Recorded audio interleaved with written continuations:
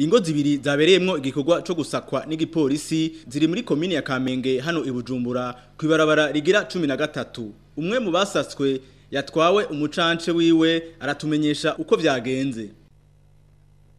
Bantwaye umugabo navyutse nsohotse hanze mu masaa 11 naguma numva uruyogoyogo rw'abantu baguma bavuga.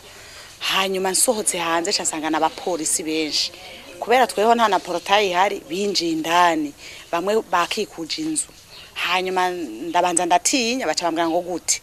Nanje ndababwira ni sawa namwe ni sawa ngwego. Nca ndinjira ndabwira umugabo atewe ahanye huzuye abapolisi benshi. Acambwira ati byo byose rero baje gusaka. Haheze umwanya numva kuri motorora twinjire dutangure. Hanyuma baca barinjira baradodora. Barinjira nta na kimwe basanzeho.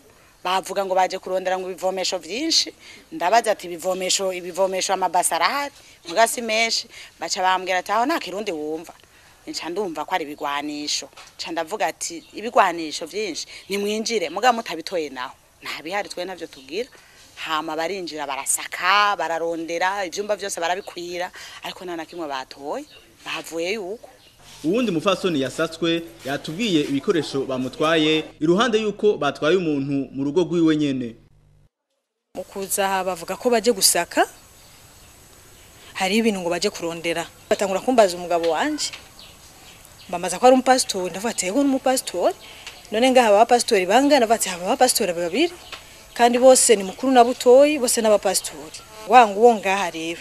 Je bati umupastori ngo asi hari. Baduze kuwa gatanu kuvyakazi ruguru batwaye umuntu umwe musore yarasavye indaro badutwaye CD amasede badutwara na computer yari kirishasha nta kintu cyari kirimo bongera batwara na dossier za Eglise ba Chef Assembly of God Fellowship. Abo basatswe rero bakabona ko abashinga ntahe babo bagomba kugirirwa iterabwoba kandi atana kimwe gihungabanya umutekano babasanganye. Abagabo bacu barako barabahohotera ntaco babahora. Ntawe bagenda gutera nta na rimwe nta nitonga babafatanye.